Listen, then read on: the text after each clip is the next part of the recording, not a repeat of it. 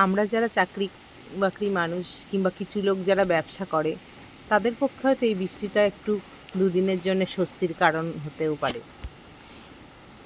কিন্তু ওই বললাম যে কিছু মানুষের কিন্তু এই বৃষ্টিটা একদমই তাদের পক্ষে উপকারী নয়।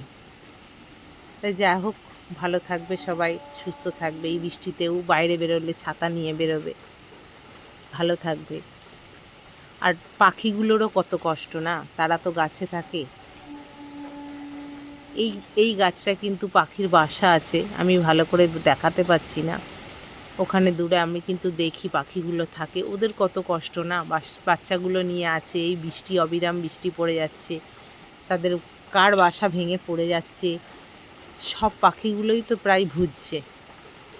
সত্যি খুব তাদের খুব কষ্টকর ব্যাপার। সবাই ভালো থেকো, সুস্থ থেকো, টাটা।